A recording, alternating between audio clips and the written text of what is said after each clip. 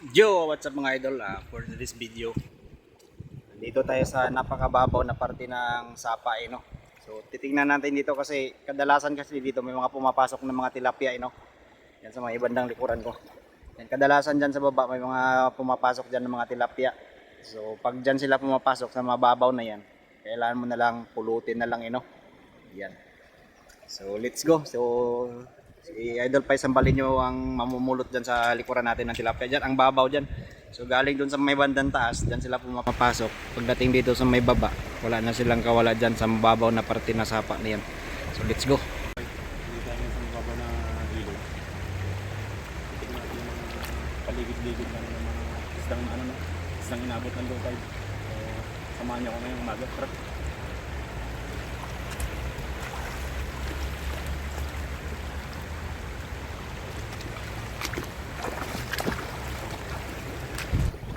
Ayun, dami isda. Dami sila ng low tide.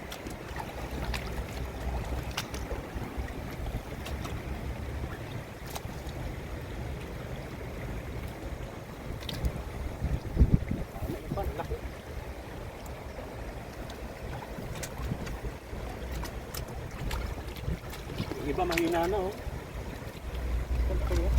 Manitip pa.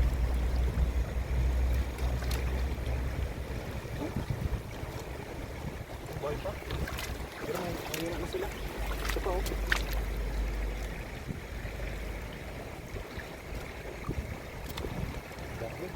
Ito pa mga pay. Mga tayo. Hindi na siya nakalangoy oh.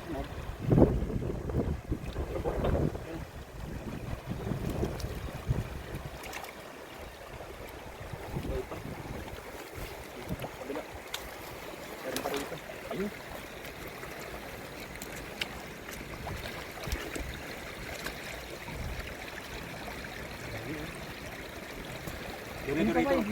Ganito rito mga kapay kapag inaabot ng low tide, naiiwan yung mga isda rito. So ayan, bubulutin lang natin. Maliit yan.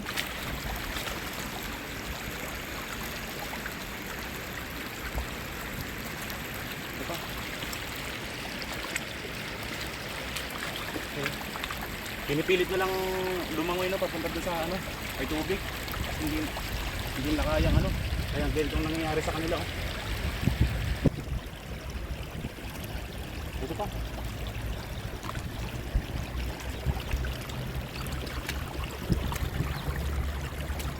Ito maganda mga kapay. Ito yun. Manipit sa isda. Ayun ito, malaki. Ito pa.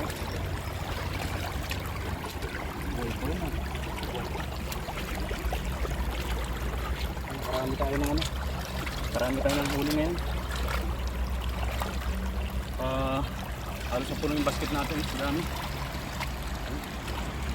Thank you so much na naman. Marami tayo. So ayos mga kapay. Punta kami dito sa kabila.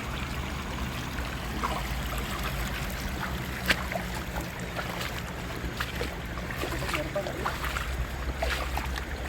Meron pa lagi dito. May peso. Yan.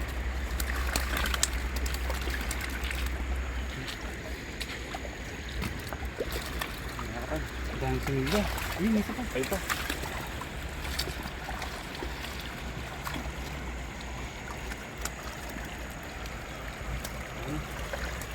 Dami yun. Dami Kaya dito sa ilog dito ng mga kapay, ano, kapag ginaabot ng low tide, dito karami yung pwede nyo makuha rito. So ayos mga kapay.